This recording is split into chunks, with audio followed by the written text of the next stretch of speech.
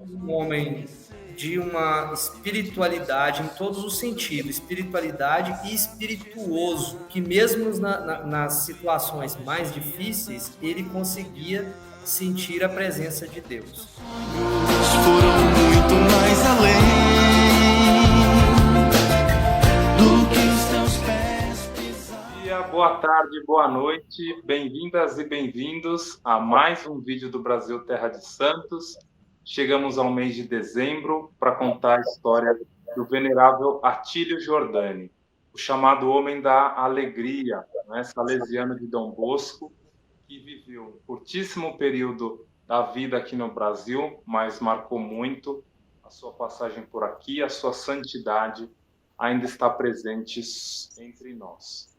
Antes de chamar os nossos convidados de hoje, porque são dois, então hoje temos uma novidade, né? Duas pessoas falando, dois entrevistados. Peço para você que principalmente está chegando agora no canal, está conhecendo agora, se inscreva, não é? Compartilhe essa entrevista com quem você acha que pode aproveitar também. E assim a gente, pouquinho a pouquinho, vai crescendo e principalmente vai conquistando o objetivo de fazer todas as histórias de santidade brasileira, ou daqueles que viverão em missão no Brasil, chegarem aos corações das pessoas, chegarem às devoções. Não é? Então, hoje começamos sem mais delongas, não é? Vou apresentar primeiro a Dona Lúcia, depois o Padre Alexandre. Dona Lúcia, Padre Alexandre, bem-vindos. Dona Lúcia, começando com a senhora, porque primeiro as mulheres, não é? Conta um pouquinho quem é a senhora, para a gente conhecer, de onde a senhora está falando. Bem-vinda. Bom, eu sou italiana, até hoje sou italiana, mas há mais de 30 anos que estou aqui em Pochorel. Eu já trabalhei como voluntária em uma creche e há 20 anos, mais ou menos, estou aqui em uma obra social salesiana. Hoje sou gestora e coordenadora administrativa da obra. A gente atende em torno de 300, 350 crianças em contraturno escolar, seja aqui na sede, que também em um bairro um pouco distante, que é no espaço da paróquia São João Batista, que hoje a paróquia não é mais salesiana, só a obra, mas tem os padres orionitas, que o Padre Alexandre é orionita. Exato. E falando em Padre Orionita, temos aqui o Padre Alexandre. Bem-vindo, Padre Alexandre. Conta um pouquinho quem é o senhor para nós, para a gente conhecer também sobre o senhor. Obrigado, Fábio, Lívia, Diego. Eu sou o Padre Alexandre, eu nasci no interior de Minas Gerais, uma cidadezinha chamada Rio Espera, cidade bem pequena, 7, 8 mil habitantes. Ingressei na congregação dos Orionitas em 98 e, resumindo, eu fui ordenado padre em 2011. Trabalhei no Espírito Santo e em 2014 eu vim aqui para o Mato Grosso assumir a paróquia São João Batista aqui de Pochorel. Estou aqui, então, até hoje, atualmente na direção de uma escola técnica, e não sou mais o pároco, sou vigário na paróquia, contribuo também como vigário, trabalhando aqui na escola técnica. Sim, e só um aviso, não é? Eu sei que Mato Grosso e Mato Grosso do Sul a gente não pode confundir de jeito nenhum, mas todo esse tempo que a gente vai falar, que é da vida do Atílio, ainda era só o estado do Mato Grosso, não é? Então, a gente vai falar aqui Mato Grosso, né, para respeitar o período da história, mas sem confusões entre Mato Grosso e Mato Grosso do Sul. A gente ama e respeita esses dois estados brasileiros, não é? Bom, Dona Lúcia, vou começar com a senhora. Então, a nossa história começa lá em 13 de fevereiro de 1913, no dia do nascimento do venerável Atílio Giordani, não é? Lá em Milão, na sua Itália também, não é? Para a gente entender um pouquinho como era a família do Atílio, porque a gente já passou por várias histórias aqui, então tem família que não era muito católica, tem família que era. Como era a família dele ali? Que contexto ele nasce? Bom, na realidade, eu não conheci pessoalmente o Atílio. Quando eu cheguei aqui, eu só ouvi falar pelos outros, mas pela experiência de outras pessoas que conheceram o Atílio, dizem que a família dele era uma família muito religiosa. Assim, inclusive, ele teve também um irmão que foi padre. A família era muito católica mesmo, frequentava bastante assim a igreja e ele praticamente sempre frequentou assim a paróquia, o oratório salesiano. Acho que ele morava mesmo em uma paróquia onde tinha os padres salesianos que tomavam conta. Conta essa história. Eu queria entender um pouquinho, né, já que a senhora falou também que faz parte aí dos salesianos, porque ele começa ali, né, desde cedo a frequentar o colégio ligado aos salesianos, né, ali no Oratório Santo Agostinho, para a gente entender. A gente até já falou de um servo de Deus salesiano, que é Dom Lustosa, mas para quem está chegando agora e não conhece muito, né, ouve bastante falar dos salesianos, mas não conhece muito o carisma. Quem são os salesianos, dona Lúcia? Qual o carisma dessa congregação? Bom, na realidade, assim, quem fundou a congregação salesiana foi Dom Bosco. Então, assim, Dom Bosco foi um padre que ele, o foco dele desde que ele descobriu essa missão foi trabalhar assim, em favor da juventude. Então, ele teve bastante, assim, até, vamos dizer assim, obstáculo com a mesma igreja. Bom, por aquilo que eu li e me contaram, assim, eu estudei um pouco, porque, na realidade, a juventude, nós sabemos que naquela época os menores não era considerado gente praticamente. É só no momento que eles começavam a trabalhar, a produzir, que eles era valorizado. E ele, ele já era padre, e uma vez que ele visitou as cadeias lá, a cadeia, e viu muitos adolescentes assim, presos, e ele falou assim: não, esse não é um lugar para a juventude. E aí ele começou este oratório. Oratório seria um espaço onde o adolescente, o jovem, pode encontrar momento de lazer, estudo, religião, uma oficina, um ofício, aprender um trabalho, e um trabalho digno, e a partir de lá ele percebeu que eu não podia ser sozinho para fazer isso. E ali começou a convidar outro jovem, principalmente jovem que ele acolheu, convidou para fazer parte deste carisma. E, na realidade, assim, hoje o salesiano é tipo assim, uma sociedade, na realidade, é ligada à igreja, mas é um grupo de padres, irmãos, que leva à frente este carisma. Hoje está espalhado no mundo inteiro. E o nome salesiano vem de São Francisco de Sales. Então, eles entenderam assim, que o inspirador fosse São Francisco de Sales. Prova é que Dom Orione foi um discípulo de Dom Bosco. Então, assim, parece que as duas congregações andam assim, de mão dada.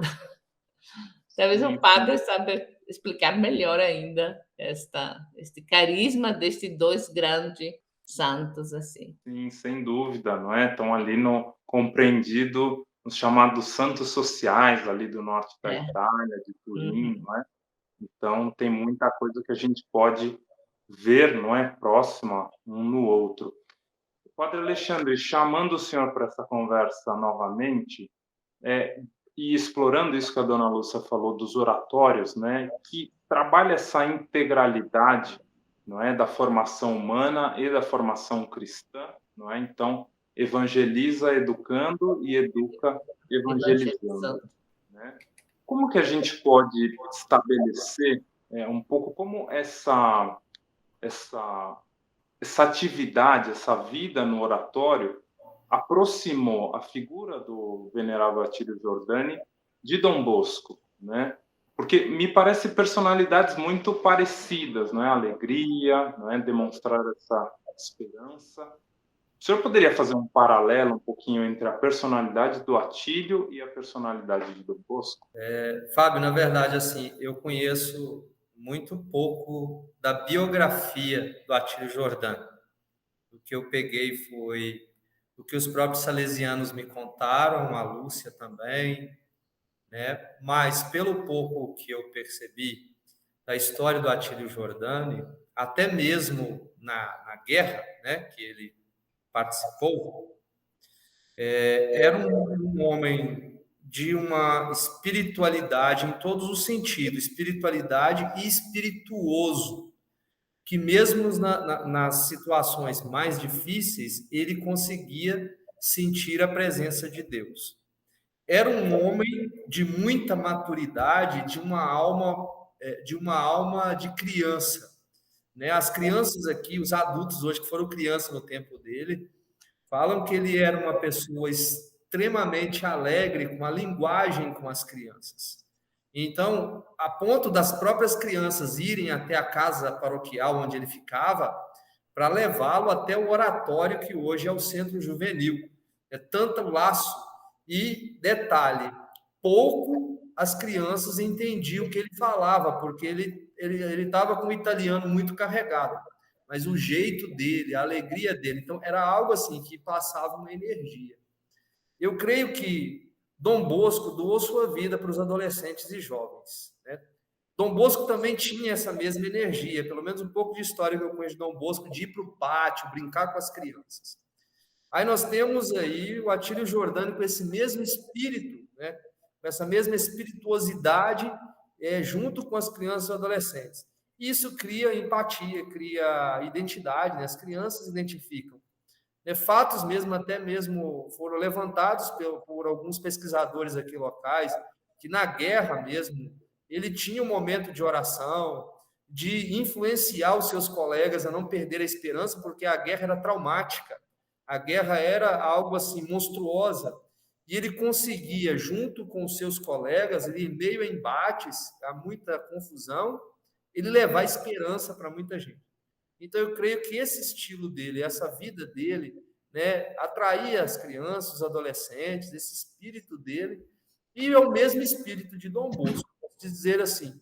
Acho que por isso que até ele está já nas fileiras aí, né, do processo de canonização.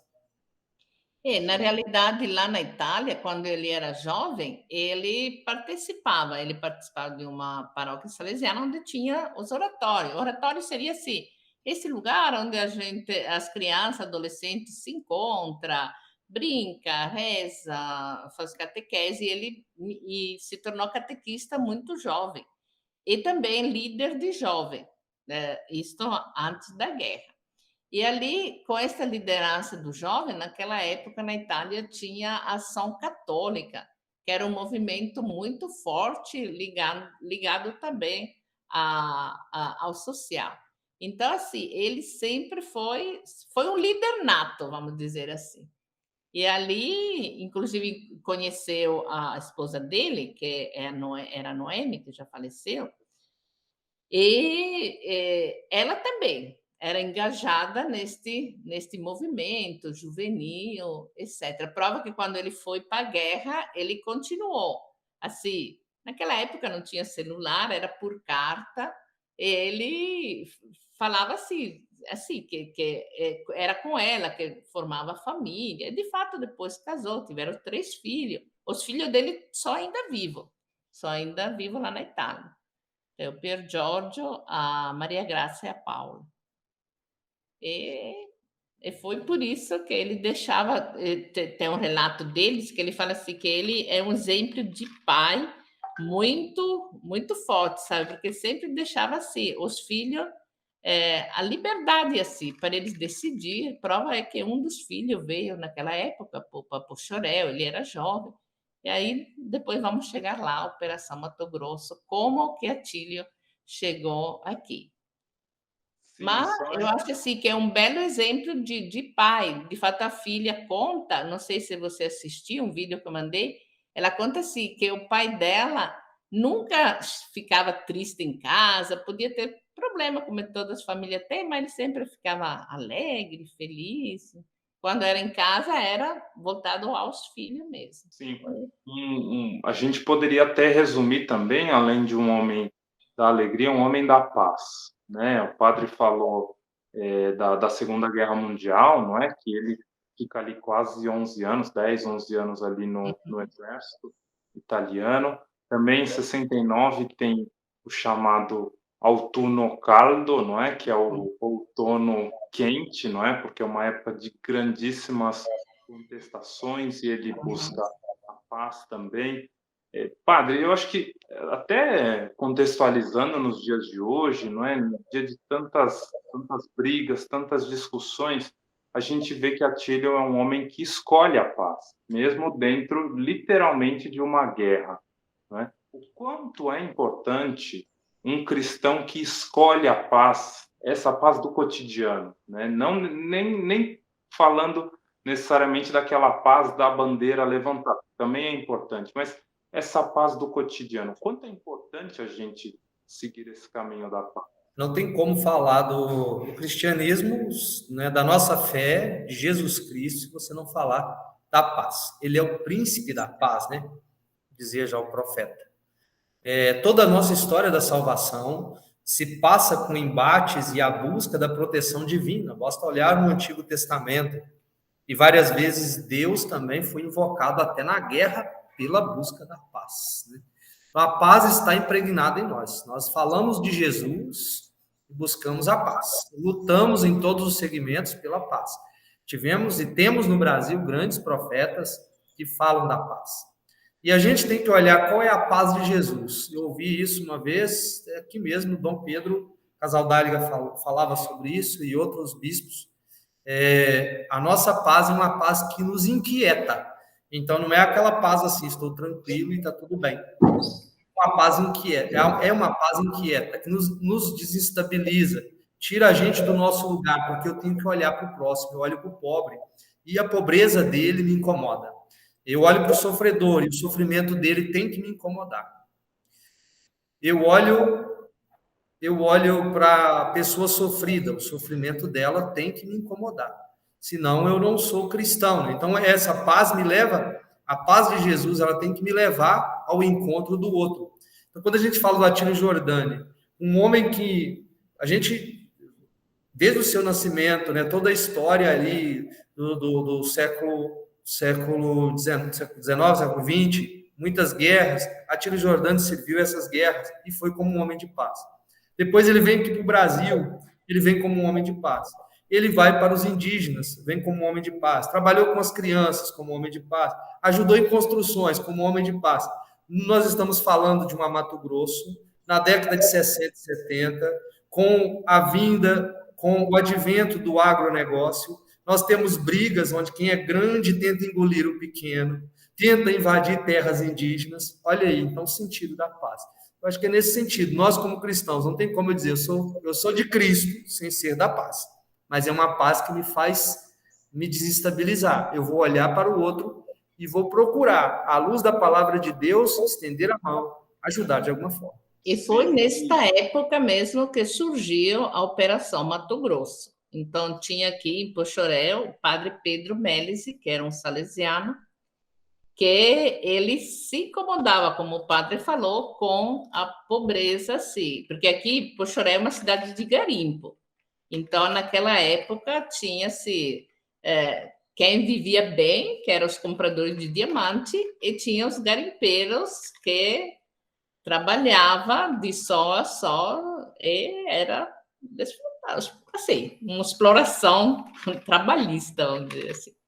E ali, o padre Pedro, ele vê a necessidade de levar a Itália, sim, essa proposta para o jovem. Você acabou de falar que naquela época, 68, 69, a Itália era bem dividida. Tinha aquele jovem que só focava no trabalho, no empreendedorismo, para se tornar assim rico, vamos dizer assim, o período pós-guerra, e tinha outro grupo que assim era mais focado ao social. E Padre Pedro chega lá com esta proposta. Fala assim, gente, o jovem quer ir para Poxoréu, abrir esta frente de trabalho voluntário. E, obviamente, o Atílio foi que mesmo ele trabalhava em uma indústria, etc., mas ele, de lá, ele deu maior apoio. De fato, o pessoal conta que este jovem trabalhava lá, sabe? Com o próprio dinheiro, eles pagavam passagem, vinham aqui para o Brasil, construíram escola, igreja, um trabalho assim fantástico. E toda vez que eles voltavam lá, eles organizavam famoso campo de trabalho. O que era? Ele juntava, fazia serviço de colheita de uva. O Atílio lá era o líder também em organizar esta. E quando o filho mais velho disse, não, pai, eu quero ir lá fazer esta experiência, naquela época ele chegava de navio, era bem difícil. E ele falou, não, se você quer ir, pode ir. Apoiou mesmo. O filho veio. E depois as filhas, e no fim ele também aposentou e veio para cá. Sim, e também aí a gente já está na década de 60, né? Nessa primeira chegada dos filhos, depois vai chegar a Noemi e o Atílio. Tem um fato interessante na vida do Atílio, que em 62 ele sofre um ataque cardíaco, não é? Então, ele que tinha uma movimentação muito grande, fazia muita coisa, não é? Tinha ali criado vários movimentos, como a Cruzada da Bondade, né? Que levava os jovens a fazer a caridade. Tinha também o Anino della Bontà, que também era nessa linha da caridade. Então, ele tem que parar, não é, praticamente todas as atividades e repousar, não é? Então passa ali um bom tempo ali repousando, porque o coração já dá sinal que alguma coisa está errada, não é?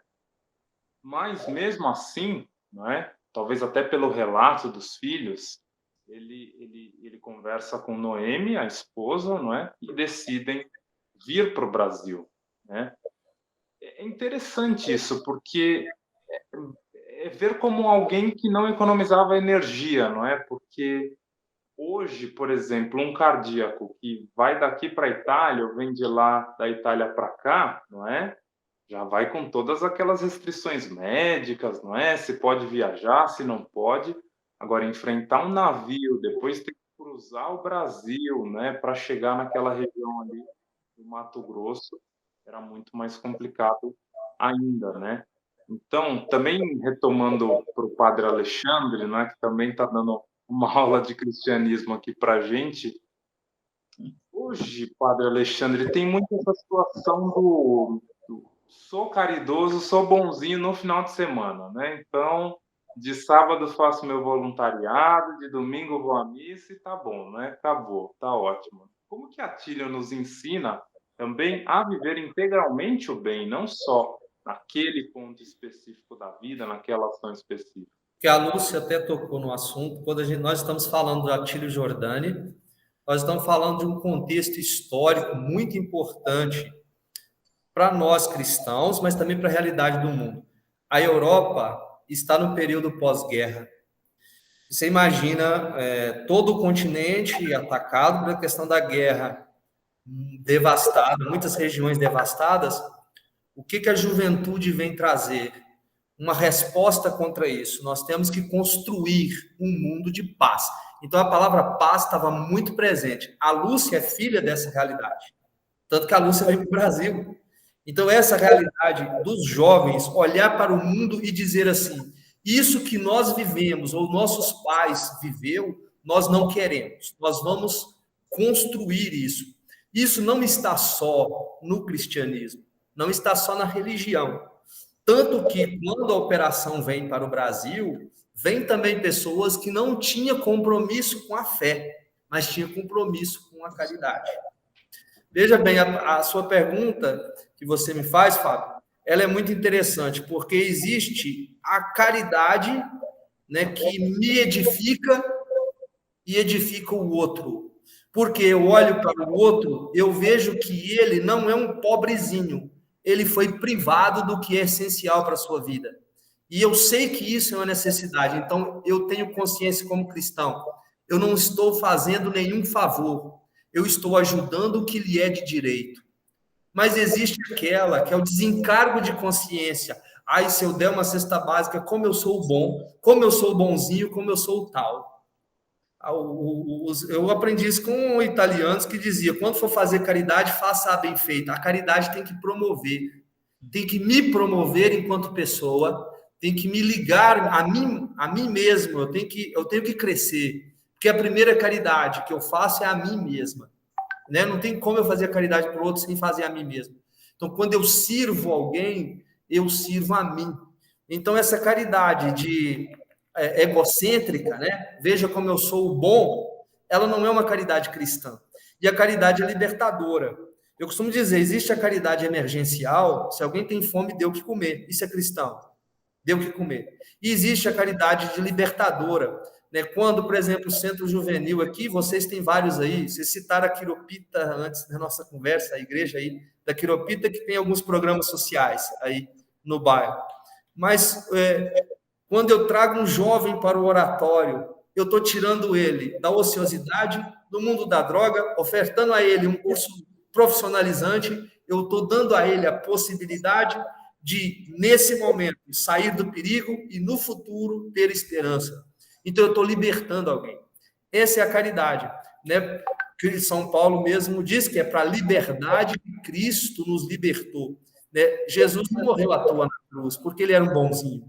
Jesus morreu na cruz e me libertou de fato. Ele me libertou de todo tipo de maldade para que eu pudesse ter contato com a palavra viva de Deus. E, através disso, hoje, eu também faço isso na sociedade. Quando a gente olha para esses santos que são modelos para nós, para essas pessoas que são exemplo, que eles saíram de uma realidade difícil, olharam para o mundo e disseram assim, essa realidade eu quero mudar. Eu não quero que isso repita mais. Eu não quero que essa realidade aconteça com o índiozinho lá no Mato Grosso. Eu não quero que essa realidade aconteça com o ribeirinho lá no Mato Grosso. Ou com o sertanejo que mora lá em tal lugar, num lugar que até então é esquecido de todo um Brasil. Né? Porque nós estamos falando de um Brasil da capital São Paulo, um Brasil da capital Rio de Janeiro, um Brasil sudeste, e nós estamos falando de um Brasil centro-oeste, que é totalmente diferente. Então, alguém que se propõe, eu vou para o Brasil, mas qual Brasil? Eu vou para aquele Brasil esquecido? Eu vou para o Brasil abandonado? Eu vou para aquele Brasil e vou doar a minha vida, porque o que eu vivi, eu não quero que eles vivam mais. Então, essa é a caridade cristã, é a caridade que promove, não é uma caridade egocêntrica, para mim me sentir o bom, mas é a caridade que liberta tanto a mim, do meu egoísmo, quanto o outro. Sim. E, dona Lúcia, também falando mais sobre a missão salesiana em Mato Grosso, para dar também o contexto, porque a gente falou do garimpo, falou do agronegócio, a gente não está falando só de uma dificuldade territorial, no sentido de ter pouca infraestrutura naquele momento, a gente está falando também de violência, né? A gente está falando de confrontos, inclusive na própria missão tiveram, não é, missionários mortos, não é, nessa região. Que a senhora pode falar um pouco desse contexto também da violência, porque é revolucionário aquilo que Atílio e a família faz, porque todos eles se colocam não só para viver a caridade, mas também para arriscar em relação à violência, porque era a família inteira naquele contexto que não era nada simples também nesse sentido, né? Bom, aqui a missão salesiana sempre ela teve um olhar muito forte com as aldeias indígenas. Inclusive, nós temos, a 100 quilômetros daqui, temos aldeia indígena. E hoje nós estamos vivendo uma outra realidade. Nós temos muitos indígenas que da aldeia vêm para a cidade. E por quê? Porque lá também ele, mesmo com toda a dificuldade que encontra na cidade, de emprego, de língua, mas ainda eles acham que é melhor que viver na aldeia. Então, imagina, naquela época, o salesiano, como se disse, era uma região muito violenta. Inclusive, tem, não sei se vocês já fizeram alguma entrevista com alguém, sobre o padre Rodolfo, o Simão Bororo, que foram martirizados. Inclusive, o processo está em fase já está lá já em Roma, para reconhecer assim, a beatificação deles. E uma região indígena aqui. E ali, o Atílio também, ele não só fica em Pochorel, mas também eles vai lá nesta aldeia indígena, junto com o salesiano, por um período. Porque ele, na realidade, o Atílio, ele não ficou muitos meses aqui. Ficou, mas com estes poucos meses, acho que ele abraçou todo este contexto. Ele sabia que era uma região violenta, que era uma... na época do garimpo mesmo, aqui era bem violento, não era assim pacífico o ambiente, mas mesmo assim ele assim, não tem medo, assim, ele enfrenta o que estava para vir. Sim. E já que a senhora falou também já no final da vida dele, não é? Tem esse fato marcante do final da vida dele, não é? Que é um momento, não é, que pode dizer muito, né? Então, para que a gente conheça também, o que aconteceu no falecimento dele, do que ele faleceu, o que essa frase que ele disse ficou tão marcante para o filho, mas também para todos nós, não é? Porque na realidade este jovem da Operação Mato Grosso, eles não pararam só aqui em Pochorel. Eles trabalharam em algum distrito, em outra região do Campo Grande, em outra região de... E dentro desse contexto, assim, quem estava presente no momento que o Atílio teve o infarto, disseram mesmo que lá em Campo Grande, imagina, de Pochorel a Campo Grande, hoje com 7 horas, estrada boa, você vai. Mas naquela época, acho que demorava muito para chegar lá. E ali, estes grupos, eles faziam assim, as reuniões também para ver assim, como prosseguir, como... E dizem assim, bom, conta que no grupo tinha assim, quem tinha uma visão, quem tinha outra, quem queria mais focar, tipo, nesta região de Mato Grosso aqui, Pochorel, região, outros mais no sul. E o Atílio foi convidado assim para apaziguar, assim. Então, por isso que ele é um cara de paz mesmo. E foi neste contexto, foi lá em Campo Grande, onde o salesiano tem, ele chama Chácara São Vicente, até hoje é uma casa de retiro, casa de reunião, casa de encontro, e foi neste contexto lá que durante esta reunião, esse encontro, ele sofreu um infarto. Nós temos aqui em Pochorel, até hoje, o senhor Valentino Zucchinari, que fazia parte daquela Operação Mato Grosso na época, depois ele casou, ficou aqui, hoje está aposentado e vive aqui em Pochorel, e ele fala que ele estava sentado assim, próximo do Atílio, ele falou que só ele acachou, assim, se jogou um pouco na mesa, e foi muito rápido. E o filho que estava nesta reunião também, ele falou que a única coisa que ele falou assim, Pier Giorgio, continua você. Bom, falou em italiano, continua tu. Quer dizer, leva em frente a missão. E ali foi um infarto fulminante. Mas como você já disse, ele já era cardíaco, então assim, foi rapidão mesmo. E não só o Pier Giorgio, mas certamente ele transmite a todos nós, não é? Esse continua tu, não é? Esse continua você, que quando a gente ouve essa frase, quando a gente sabe dessa história, cria em nós uma responsabilidade, não é? Agora, Padre Alexandre, então, Atílio falece em 72, não é? Em todo esse contexto aí de missão, não é? De busca, não é, de não se poupar, não é, de viver a caridade integralmente. Mas aí depois, anos depois, surge uma lenda, não é, que depois, há poucos anos atrás, é desvendada. Então, que história é essa, que lenda é essa que surge sobre o Atílio e como que essa história foi resolvida? Então, Fábio, como eu te disse, eu fui designado para vir para cá em 2014. Fui o primeiro padre orionita depois dos salesianos que estão aqui há décadas, né?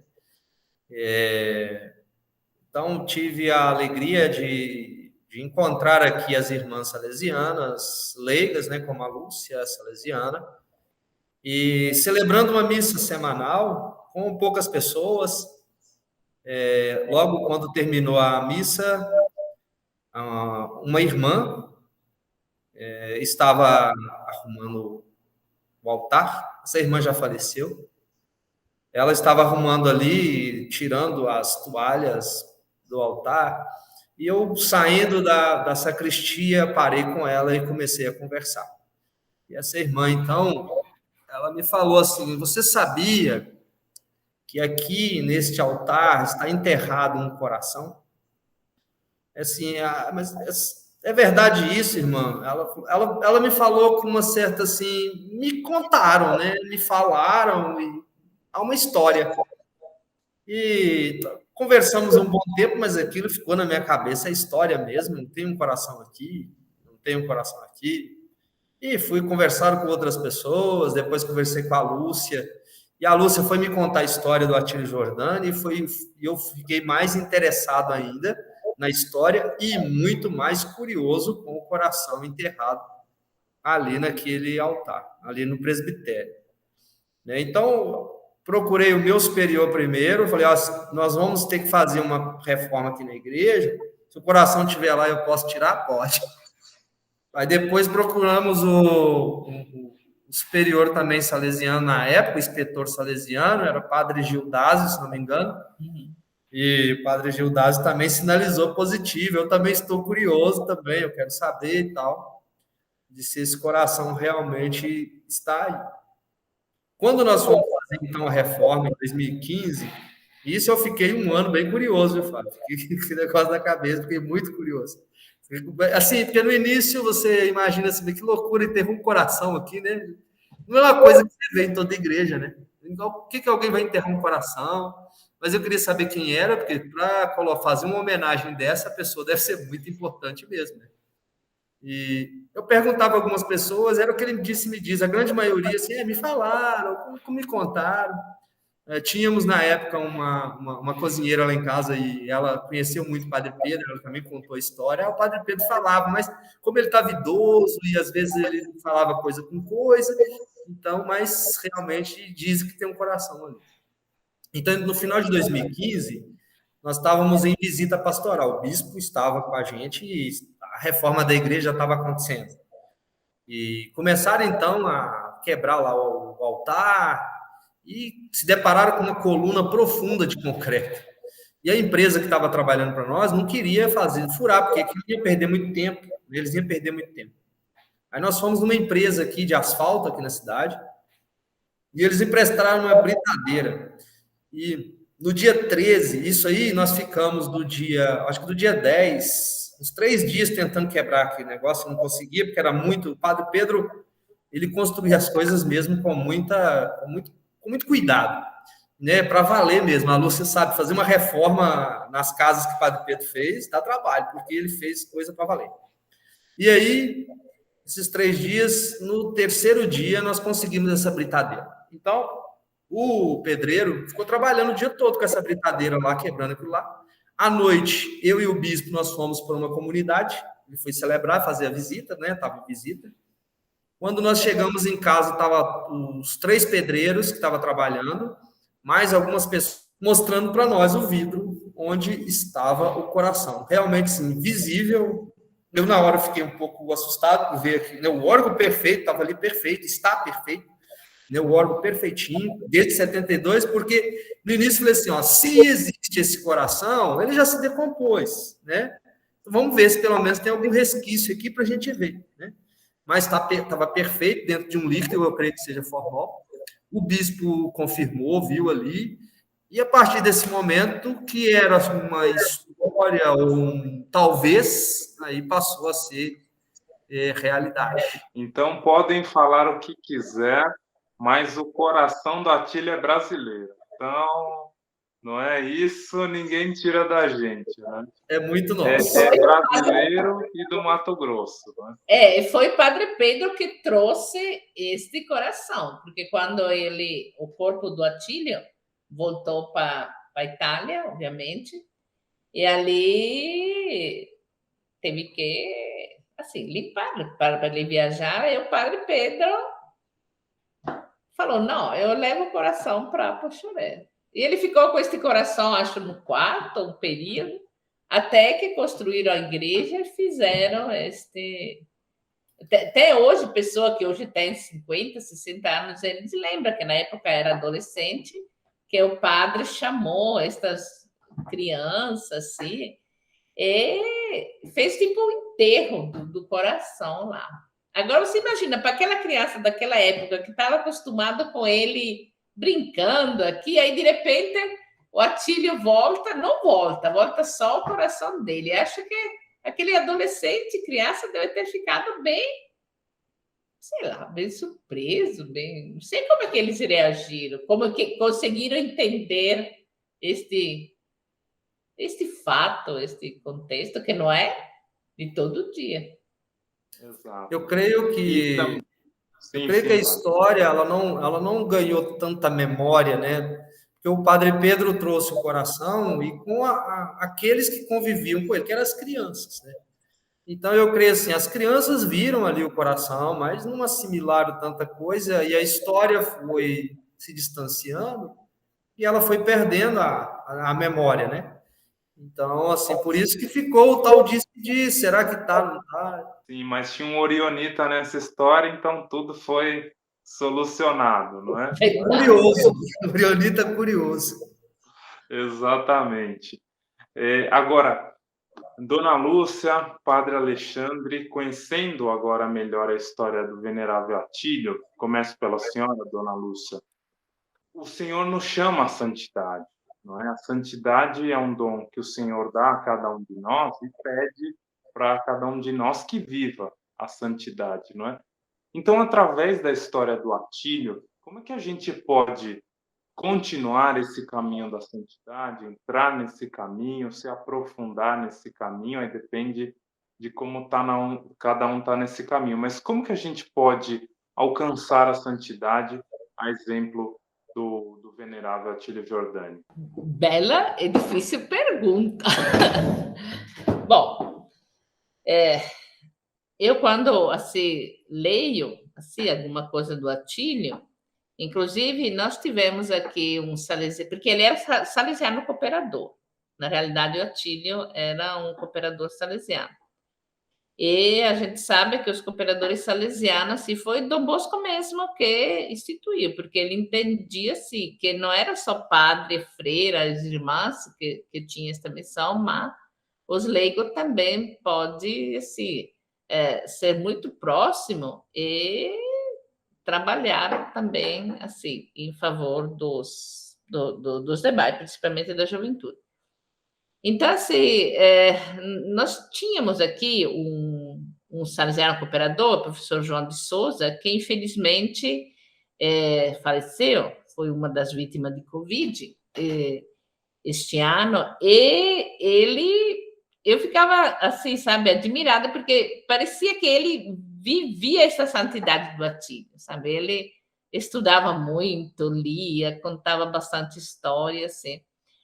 E agora eu vejo assim, que, bom, puxa para mim mesmo, até a hora o Padre Alexandre fala o seguinte, fala assim, nós ainda não entendemos assim a santidade do Atílio, sabe? Eu acho assim que a gente deve assim, se inspirar mais, continuar como ele disse, e também não só para nós, mas transmitir às demais pessoas assim, este fato da família, da atenção aos próximos.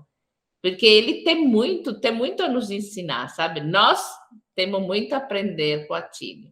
E não só com Atílio, mas também com o que a igreja nos fala. Mas a gente imagina que os santos é aquele lá que faz milagre.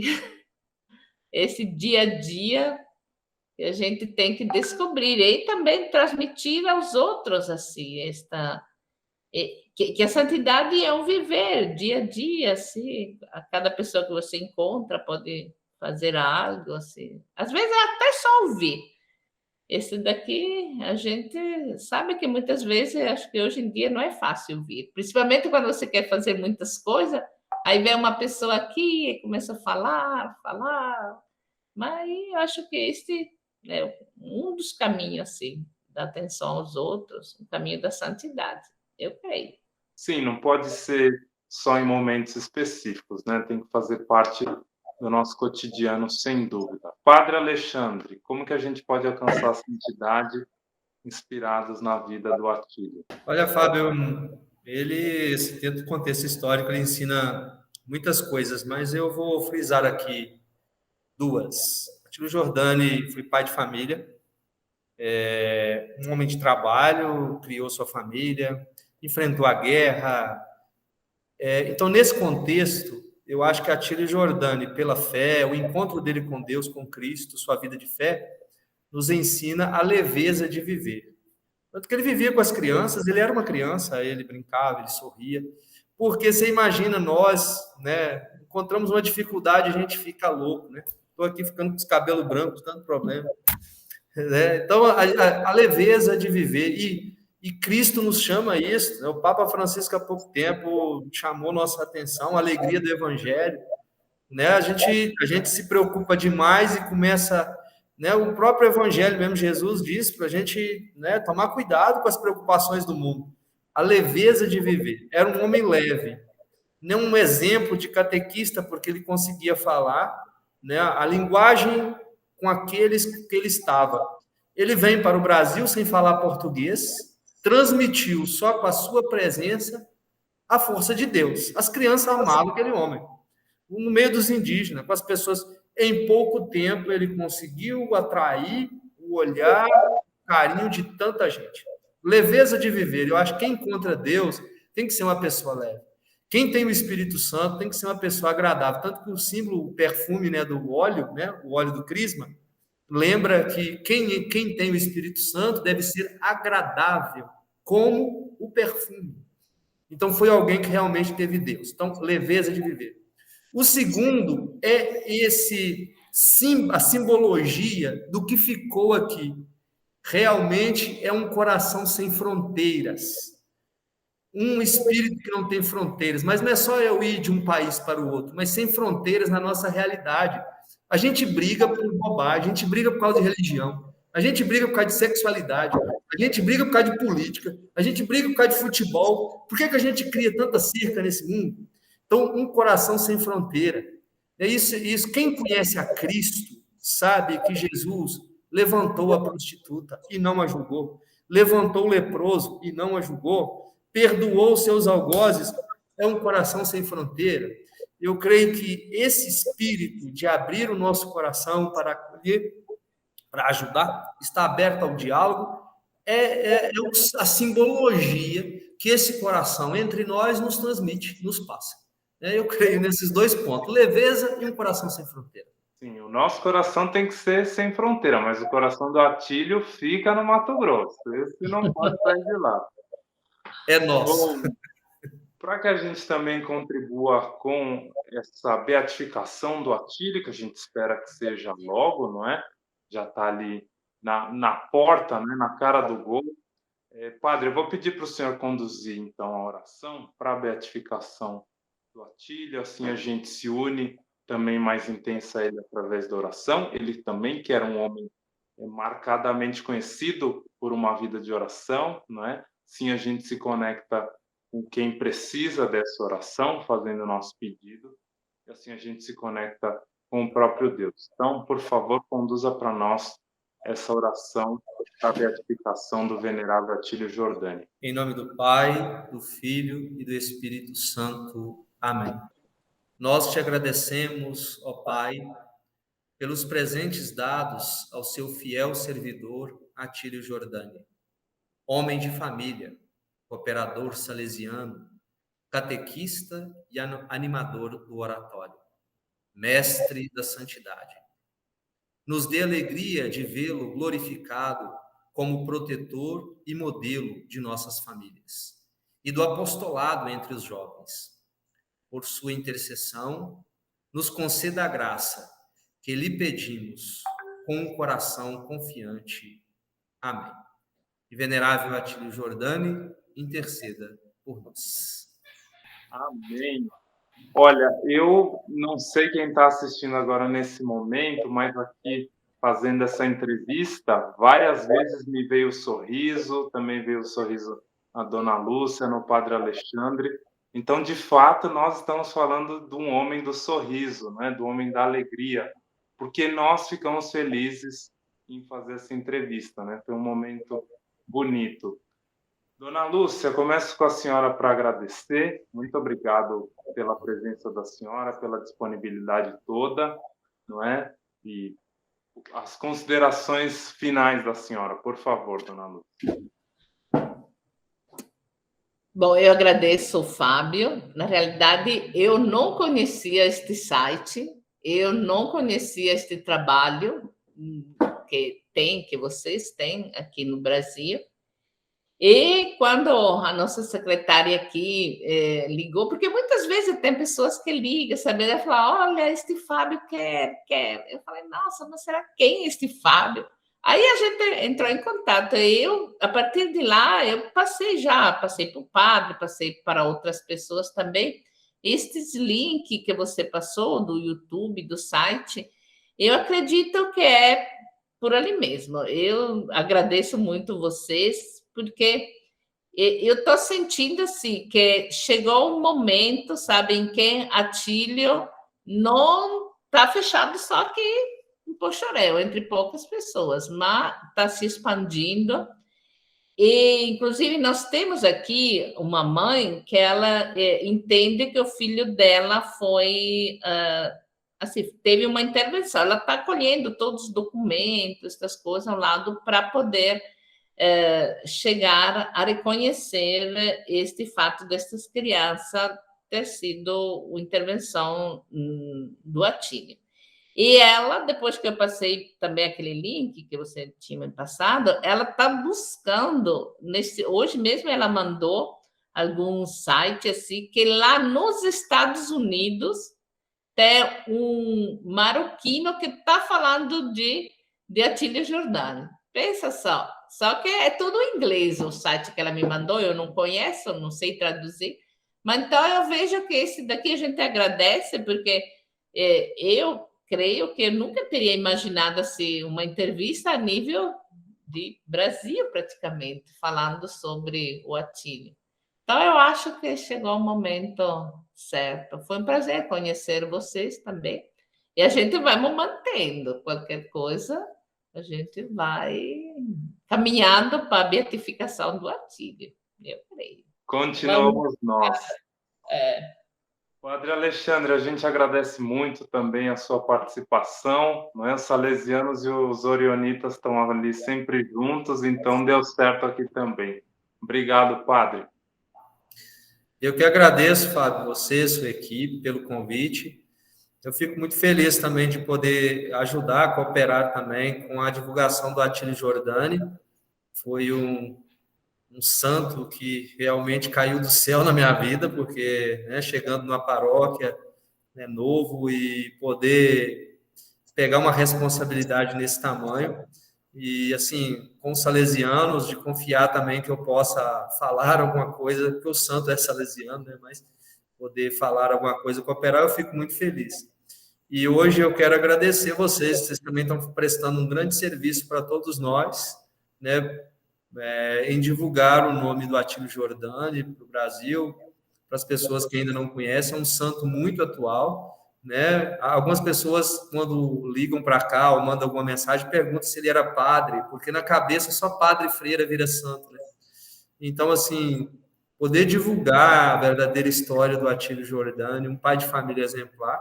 Eu fico muito, muito feliz. Eu que agradeço vocês pelo convite, a Lúcia aí, intermediar esse convite, e estamos abertos aí. Quando precisar de alguma informação, você me manda. Se precisar de alguma foto, as que eu tiver aqui, eu posso disponibilizar aí para vocês, já mandei algumas. Mas o que precisar, nós estamos aqui. Nós agradecemos muito o apoio e a divulgação de vocês. Sim, agradecemos você também que acompanhou essa entrevista. Curta essa entrevista se você gostou, compartilhe, não é? Faça com que essa história se torne cada vez mais conhecida e que continuemos nós a levar a devoção, a vida do venerável Atílio Giordani em frente, não é? Sendo conhecida. Obrigado a você, seja do Mato Grosso, seja do Mato Grosso do Sul, seja de Poxoréu, seja de Campo Grande. Obrigado a todos e até o próximo vídeo. Tchau, tchau. Foram muito mais além.